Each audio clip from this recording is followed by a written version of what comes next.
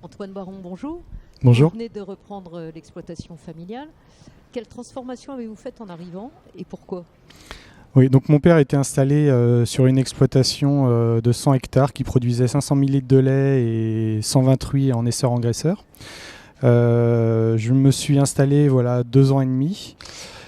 Aujourd'hui, nous sommes 3 actifs et demi, toujours sur 100 hectares, mais avec 500 000 litres de lait en bio sur un système beaucoup plus pâturant. À l'époque, il y avait autour de 45 hectares de maïs, 35 hectares de blé et 20 hectares de céréales consacrés uniquement à la nourriture des vaches et des cochons.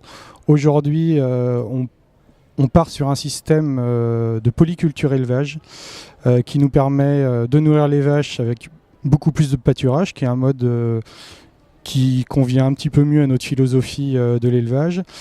Et en nous permettant à côté de livrer des céréales qui peuvent servir directement à l'alimentation humaine.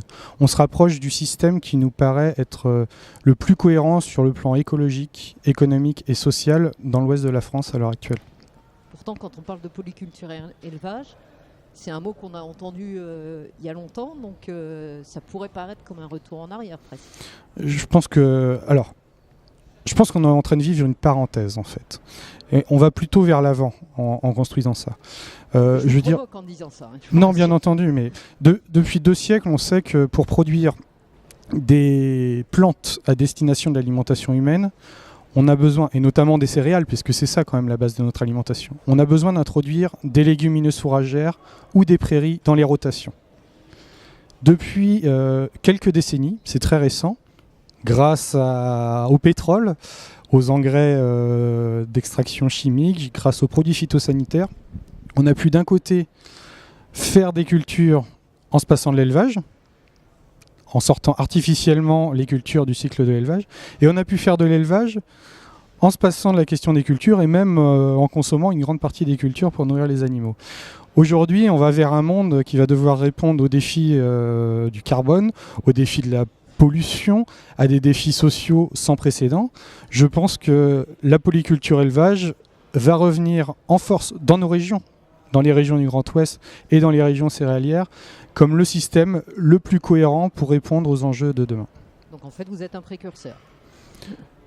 Je l'espère. J'ai encore une question. Vous dites que le bien-être de l'éleveur est indispensable au bien-être animal. Bien entendu. Est-ce que vous vous sentez bien dans votre métier aujourd'hui ? Oui, parce que j'ai trouvé une cohérence sur le plan, je me sens bien dans l'esprit dans lequel nous menons l'exploitation. J'ai des conditions de travail et un temps de travail qui correspondent à l'ambition que j'avais en m'installant. Et c'est un système qui aujourd'hui est assez viable sur le plan économique et qui me permet de bien vivre de mon métier. Donc si ces points-là sont réunis, oui, je considère qu'aujourd'hui le bien-être de l'éleveur est atteint. Donc vos bêtes sont heureuses. Ce serait très présomptueux de l'affirmer. Je fais en sorte qu'elles soient dans les meilleures conditions possibles.